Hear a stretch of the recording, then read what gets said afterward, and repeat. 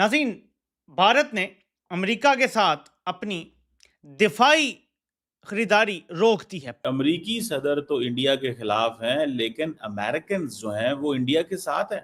Trump दोस्तों लगातार दर लगातार प्रेशर डालने की, ट्रंप ने भारत को लेके एक प्रेस्टीज इशू बना लिया है।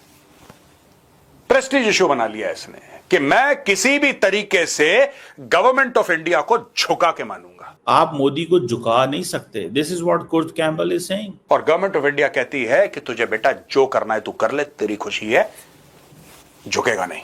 आप मोदी को अपने घुटनों पे नहीं झुका सकोगे। It is not possible. तो भारत ने अपने वजीर दिफा का दौरा भी अमेरिका का कैंसिल कर दिया है। भारत ने जो अमेरिका से दिफाई सौदे किए हुए थे और जो अभी साइन होने थे वो सारे पॉज पे डाल दिए हैं। I would posit to you both that probably the most important relationship for the United States going into the 21st century is the relationship between the United States and India. पर India ने तो साफ कहा कि भाई कल भी 3 shipment आई है रशिया से। उन्होंने कहा we are not going to stop it. Pakistani कौम को तो पता नहीं है कि गैरत क्या होती है, क्योंकि हमने कभी देखी नहीं है।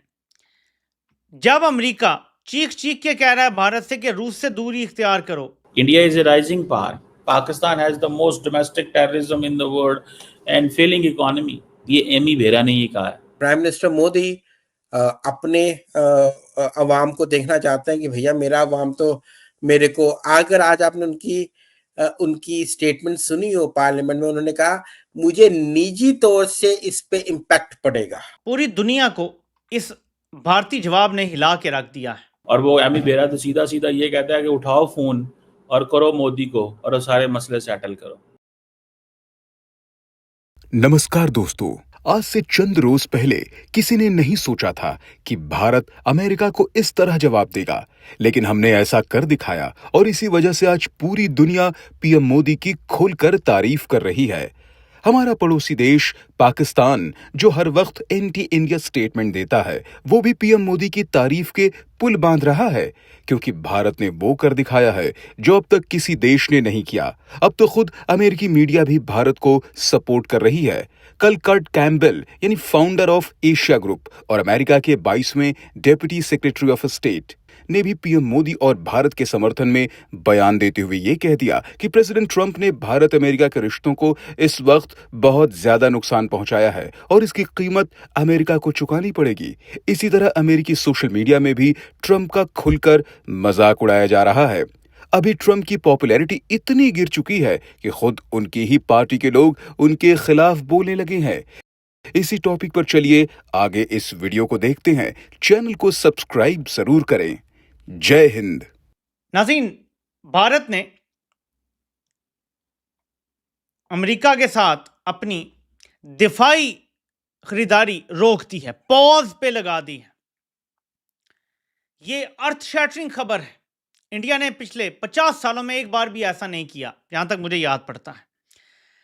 खबर देखते हैं क्लैश रिपोर्ट की। मैं इसको अपने पीछे कर लेता हूं, आप देख चुके हैं। आप India has paused plans to buy US arms including P-8L aircraft Striker vehicles and Javelin missiles. Indian Defense Minister cancelled his planned visit to the US.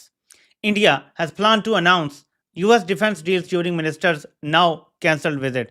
So Bharat ने अपने वजीर दिफा का दौरा भी अमेरिका का कैंसिल कर दिया है। भारत ने जो अमेरिका से दिफाई सौदे किए हुए थे और जो अभी साइन होने थे वो सारे पॉज पे डाल दिए हैं। दूसरी तरफ भारत ने एक और बड़ा काम कर दिया है। पाकिस्तानी कौम को तो पता नहीं है कि गैरत क्या होती है, क्योंकि हमने कभी देखी नहीं है। जब अमेरिका चीख चीख के कह रहा है भारत से कि रूस से दूरी इख्तियार करो, भारत ने उसका क्या जवाब दिया है आप देख के हैरान और परेशान हो जाएंगे। मैं आपको भी दिखाता हूं। यह ऐसा जवाब है जो शायद अमेरिका भी एक्सपेक्ट नहीं कर रहा था।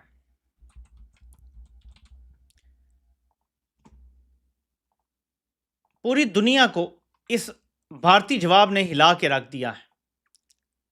नाज़रीन, ये आपको नजर आ रहा है? ये जरा सीन देखें। मोदी ने अजीत डोवल को पुतिन से मुलाकात के लिए क्रेमलिन भेज दिया है। भारत का वफ्द क्रेमलिन पहुंच गया है। कुछ समझ आ रहा है आपको? ये है जियोपॉलिटिक्स। ऐसा नहीं किया भारत ने देखें, 2-3 तरीके हैं ना। भारत फौरन अमेरिका के हुक्म पे रूस को छोड़ देता और अमेरिका को राजी कर लेता, जो हमने किया। हमने यही किया।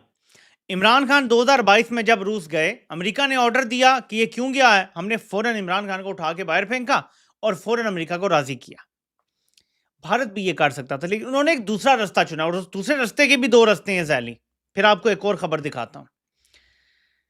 एक रास्ता तो ये है कि भारत जाके और रूस से कहे कि देखो यार, हमारी तो तिजारत बहुत ज़्यादा है अमेरिका के साथ, तो हम ख़त्म तो नहीं कर सकते, आपके साथ हम बिल्कुल ताल्लुकात ख़त्म नहीं करने जा रहे, लेकिन हम ये डील लेना चाहते हैं। ये डील हो जाए तो उसके बाद आपके साथ मामलात हम इलादा से सेटल कर लेंगे, कोई नाराज़गी नहीं है हमारी तरफ से, और मामलात चलते रहेंगे। हम मामलात को दोबारा सीधा कर लेंगे।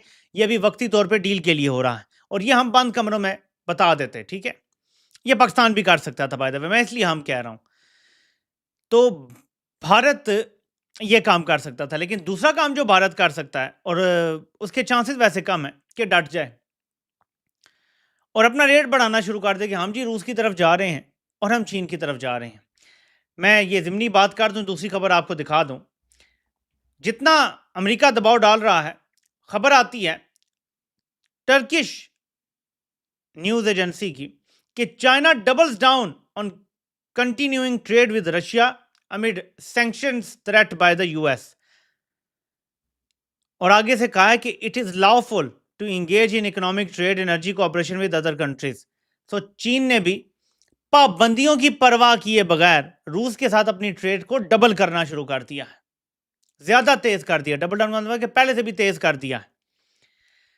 भारत और चीन दोनों अमेरिका की नहीं मान रहे। यह खित्ते की बहुत बड़ी डेवलपमेंट है।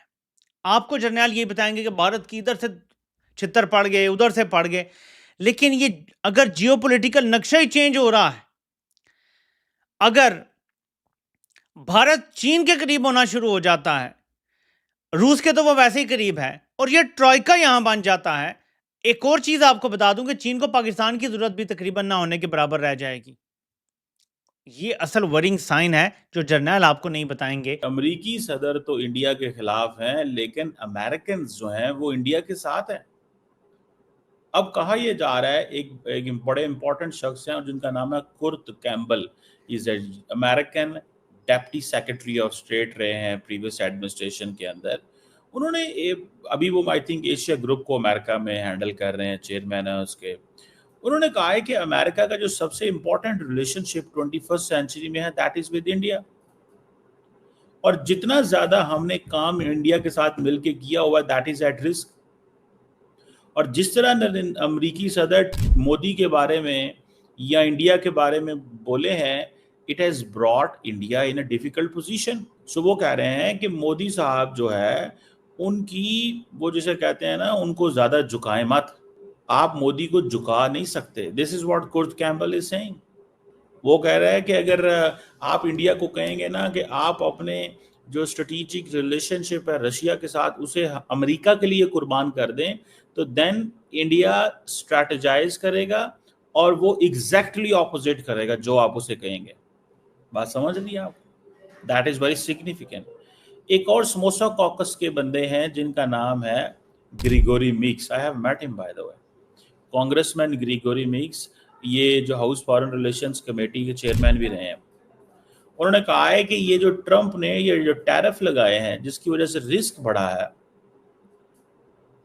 वो कह रहे हैं कि ये यूएस इंडिया पार्टनरशिप को इसने खतरे में डाल दिया। Gregory Meeks, House Foreign Affairs Committee के जो डेमोक्रेट्स के चेयरमैन, और वो कहते हैं हमारे अच्छे ताल्लुकात हैं इंडिया के साथ, strategic economic people to people ties हैं, और वो हर चीज जो है वो इन्होंने दाव पे लगा दी है।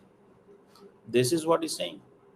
अच्छा, by the way, US state department के अंदर भी कल सवाल, जब उन्होंने सवाल पूछे तो स्टेट डिपार्टमेंट ने कहा कि जी इंडिया हमारा स्ट्रेटेजिक पार्टनर है, लेकिन हम 100% एग्री नहीं करते।